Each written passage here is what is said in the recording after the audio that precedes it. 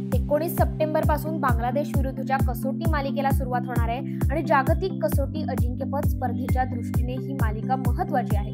WTC स्टँडिंग्ज मध्ये भारत 68.51% अव्वल स्थानावर आहे आणि त्यांना ऑस्ट्रेलिया टक्कर देते। बांगलादेश विरुद्धच्या मालिकेपूर्वी कर्णधार रोहित शर्मा व स्टार फलंदाज विराट कोहली हे मोठा निर्णय घेण्याच्या तयारीत असल्याचं वृत्त समोर येतंय। आंतरराष्ट्रीय क्रिकेटचं ऑफ सीझन असताना राष्ट्रीय संघातील खेळाडूंनी देशांतर्गत क्रिकेटला प्राधान्य द्यावं अशी BCCIचा आग्रह आहे। यातून रोहित, विराट व जसप्रीत बुमराह या सिनियर्सना सूट दिली गेली होती, पण रोहित व विराट हे आगामी दुलीप ट्रॉफी स्पर्धेत खेळणार असल्याचं वृत्त समोर आलंय।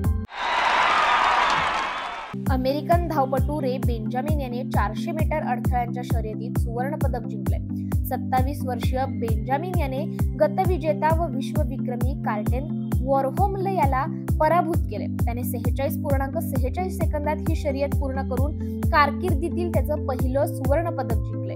टोकियो ऑलिम्पिक स्पर्धेत त्याने 46.17 सेकंदात अंतर पार करून रौप्य पदक जिंकलं होतं आणि तो 400 मीटर अडथळ्यांच्या शर्यतीतील जगातील दुसरा वेगवान धावपटू ठरलाय।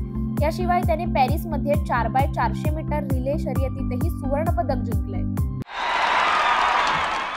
ऑलिम्पिकमध्ये सुवर्ण पदक जिंकणाऱ्या अर्शद नदीमला विविध पुरस्कार आणि कॅश अवॉर्ड्स मिळत असताना त्याच्या सासऱ्यांकडून मिळणाऱ्या भेटीची खूप चर्चा होती। अर्शदच्या सासऱ्यांनी त्याला अनोखी भेट म्हणून म्हैस देण्याचा निर्णय घेतलाय। ग्रामीण भागात अशी भेट देणे परंपरांचा भाग आहे असं मुहम्मद नवाज यांनी मीडियाशी बोलताना सांगितलंय। क्रीडा स्पर्धांचा कुंभमेळा असलेल्या यंदाच्या पॅरिस ऑलिम्पिकचा सांगता सोहळा काल रात्री रंगतदार शैलीत संपन्न झाला। स्टॅड डी फ्रान्स स्टेडियमवर झालेल्या सांगता सोहळ्याला 205 देशातील हजारो खेळाडूंनी हजेरी लावली। भारताकडून या ऑलिम्पिकमध्ये 2 कांस्य पदक जिंकणारी नेमबाज मनू भाकर आणि कांस्य पदक जिंकणाऱ्या हॉकी संघाचा गोलरक्षक PR श्रीजेश या समारंभात देशाचे ध्वजवाहक म्हणून सहभागी झाले होते। पॅरिस ऑलिम्पिक मध्ये सर्वात शेवटी महिलांची बास्केटबॉलची अंतिम फेरी पार पडली। अटीतटीच्या अंतिम सामन्यात अमेरिकेने फ्रान्सला 67-66 अशा फरकानं पराभूत केले।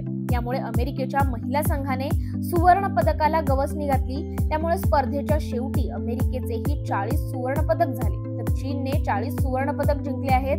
मात्र अमेरिकेने चीनपेक्षा अधिक रौप्य पदक जिंकल्याने त्यांनी अव्वल स्थान मिळवलंय। वुमन श्रीलंकेने आशिया कप 2024 फायनल मध्ये टीम इंडियाचा धुव्वा उडवत इतिहास रचलाय। श्रीलंकेने ही विजयी घोडदौड कायम राखत आयर्लंड विरुद्धही कायम ठेवली आहे।